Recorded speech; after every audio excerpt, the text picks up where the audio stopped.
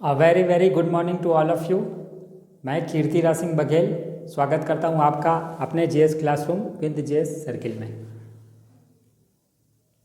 आज का हमारा टॉपिक है सॉयल हेल्थ कार्ड, मृदा स्वास्थ्य कार्ड। जैसा कि आप सबको पता ही है कि यूपीएससी पिछले 3-4 सालों में environment oriented, farmer oriented, soil oriented मतलब कृषि से संबंधित, पर्यावरण से संबंधित इन योजनाओं पर और कमज़ोर वर्गों से संबंधित योजनाओं पर उसका बहुत ज़्यादा फोकस है। और साथ ही जो स्टेट पब्लिक सर्विस कमीशन है वो भी धीरे धीरे, चूँकि वो यूपीएससी के ही पैटर्न को फॉलो करते हैं राज्य लोक सेवा आयोग, तो वो भी उसी डगर पर चल रहे हैं। मतलब एक योजनाओं से संबंधित प्रश्न आने ही आने हैं। तो उसी योजनाओं को समझने के क्रम में हम आज देख रहे हैं मृदा स्वास्थ्य कार्ड, सॉयल हेल्थ कार्ड। और यह बहुत इंपॉर्टेंट योजना है। यह कृषि मंत्रालय द्वारा 2015 में जारी की गई थी।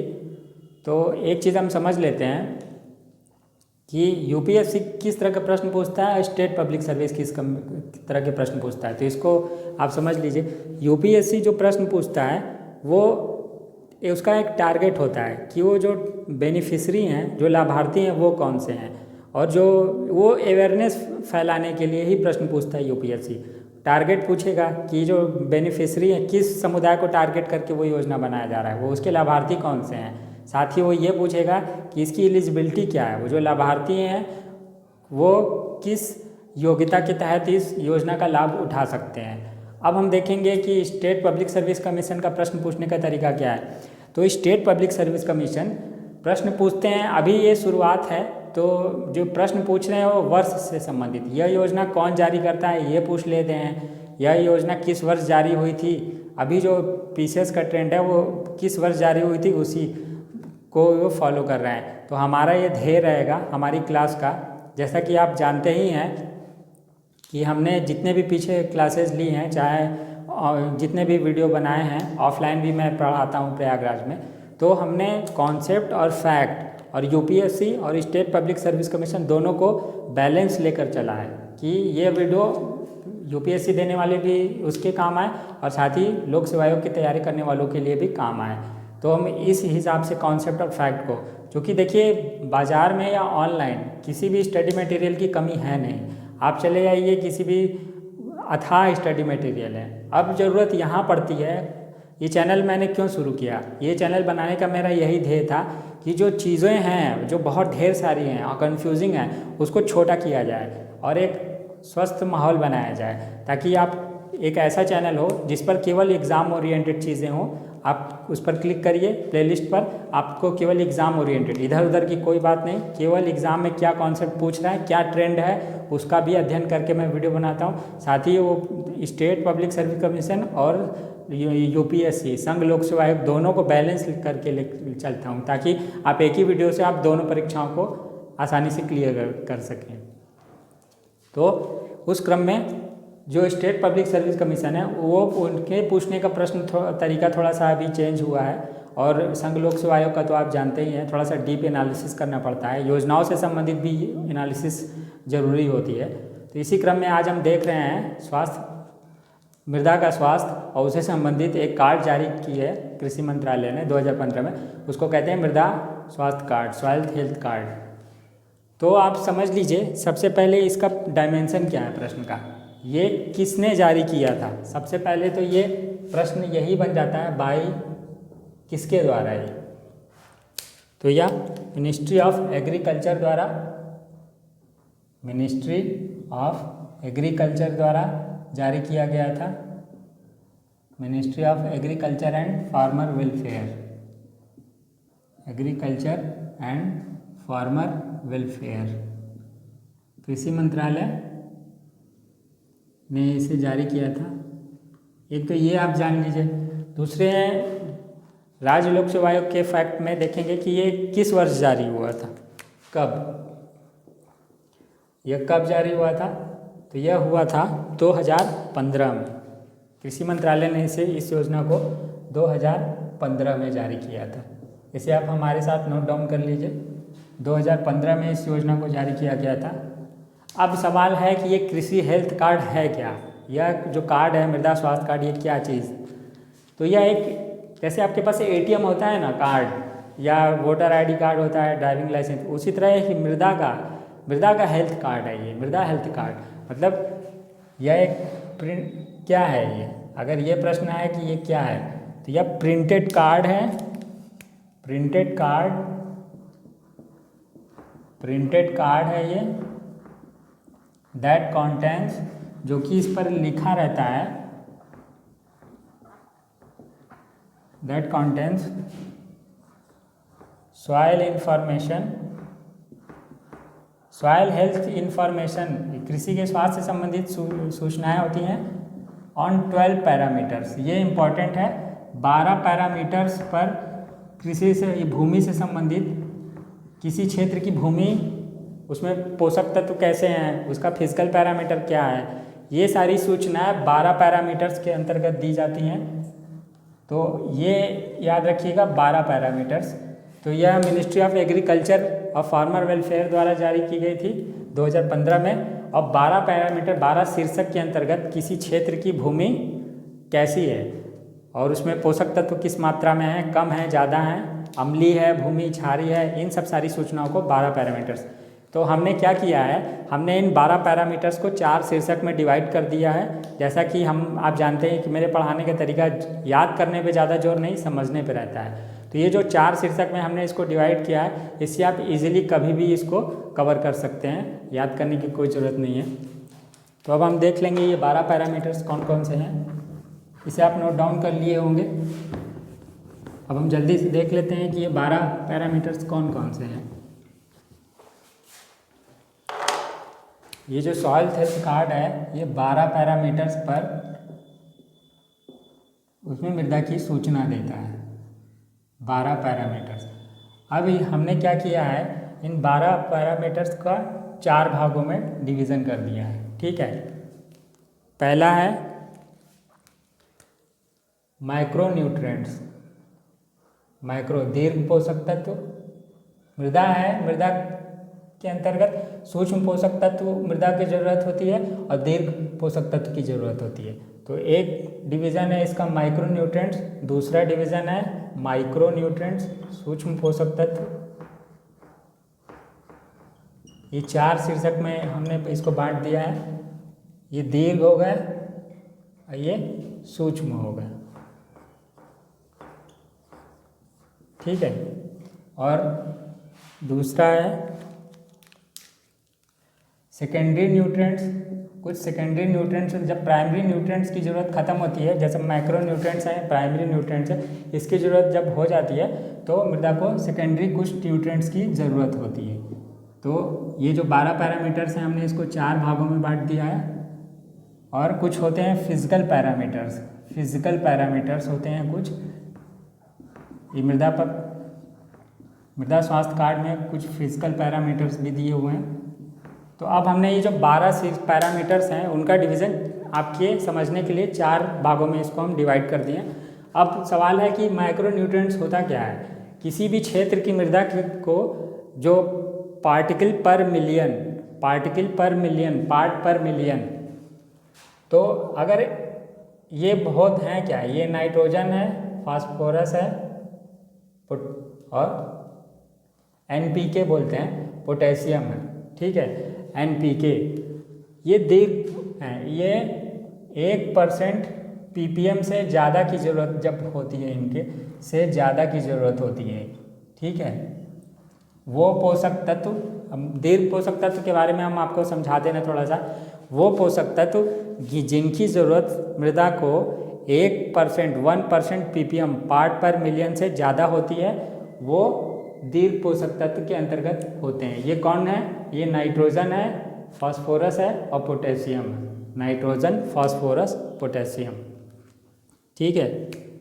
1% ppm से ज़्यादा की ज़रूरत होती है तो दीर्घ पोषक तत्व के अंतर्गत है। ये कौन है, ये नाइट्रोजन है, नाइट्रोजन, फास्फोरस और पोटेशियम। NPK शॉर्ट फॉर्म में हमने लिख दिया, आप समझ लीजिएगा।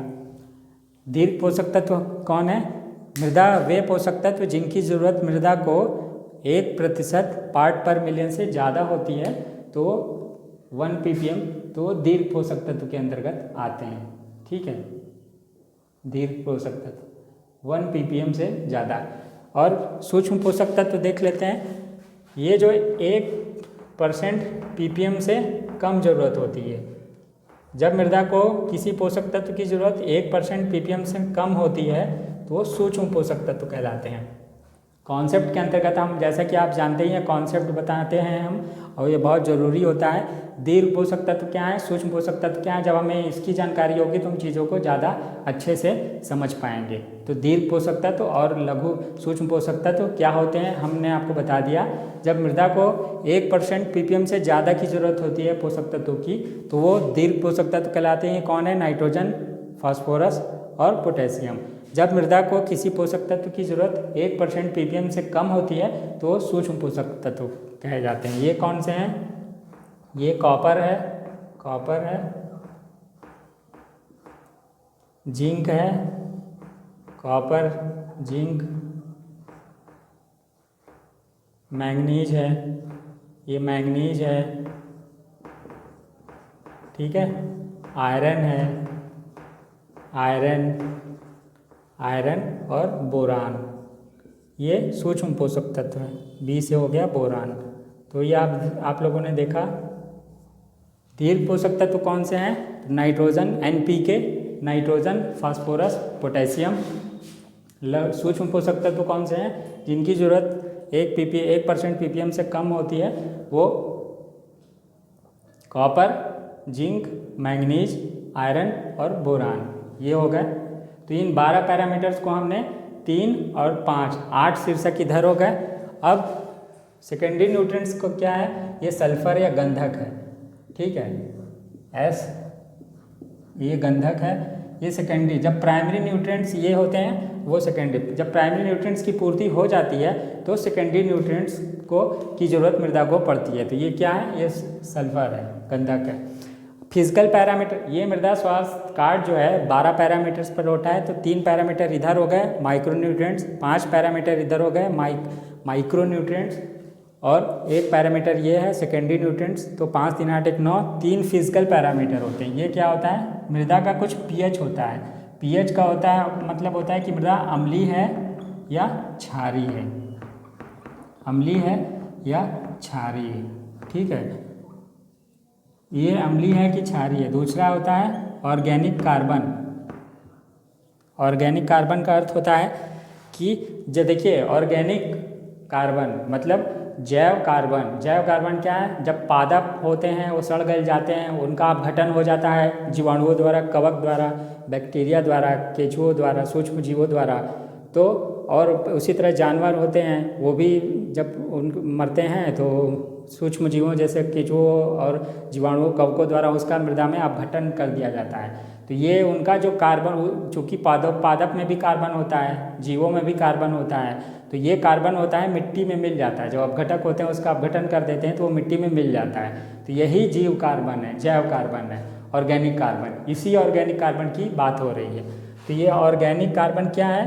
तो हमने आपको बता दिया, ऑर्गेनिक कार्बन, जैव कार्बन। जीव जब मर जाते हैं तो उनका अपघटन हो जाता है मृदा में, जैव कार्बन। वही ऑर्गेनिक कार्बन की चर्चा हो रही है, और ये ह्यूमस ही होता है। तो जितना ऑर्गेनिक कार्बन होगा मृदा की उर्वरता उतनी ज़्यादा होगी। ऑर्गेनिक कार्बन बहुत इंपॉर्टेंट पैरामीटर है, जितना ऑर्गेनिक कार्बन होगा मृदा उतना उर्वर होगी। तीसरा पैरामीटर एक होता है इलेक्ट्रिक कंडक्टिविटी, EC। ठीक है, इलेक्ट्रिक कंडक्टिविटी, ठीक है, विद्युत चालकता, इलेक्ट्रिक कंडक्टिविटी मृदा की। ठीक है, तो आप लोगों ने देखा कि 12 पैरामीटर्स हैं। 12 पैरामीटर्स कौन कौन से हैं? Micro nutrients, NPK, nitrogen, phosphorus, potassium.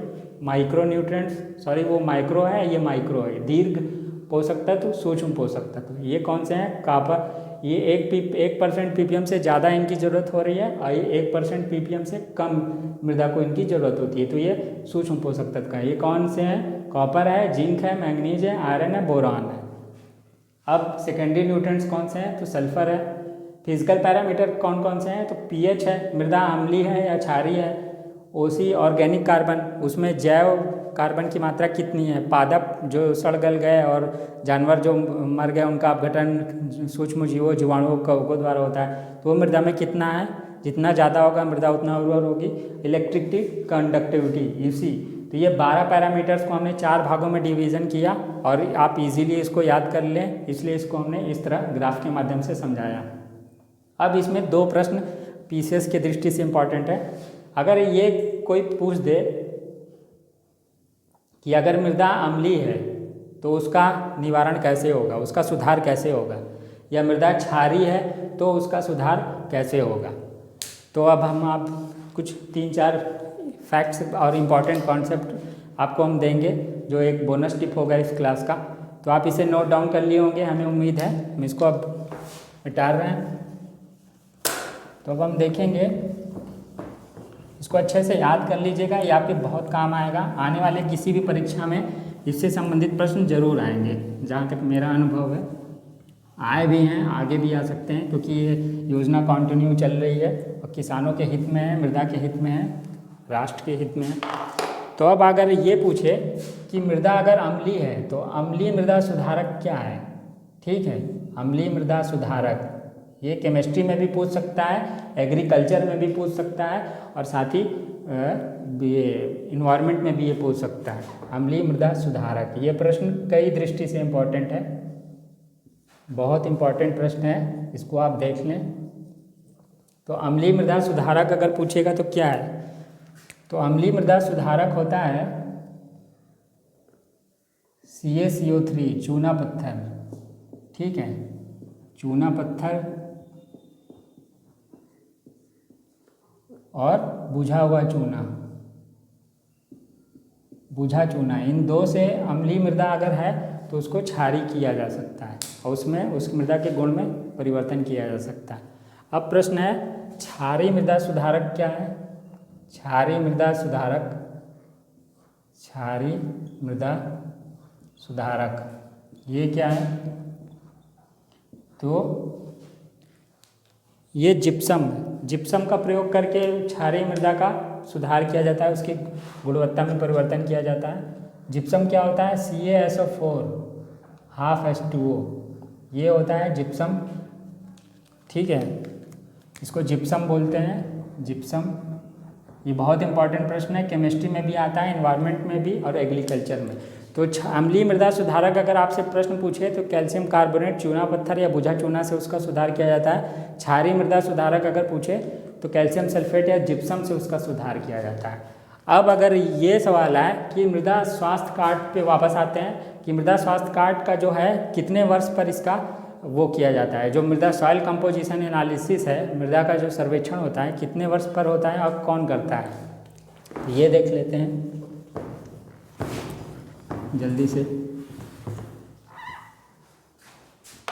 तो analysis of soil composition, analysis of soil composition, ठीक है, ये कौन करता है, प्रश्न आता है।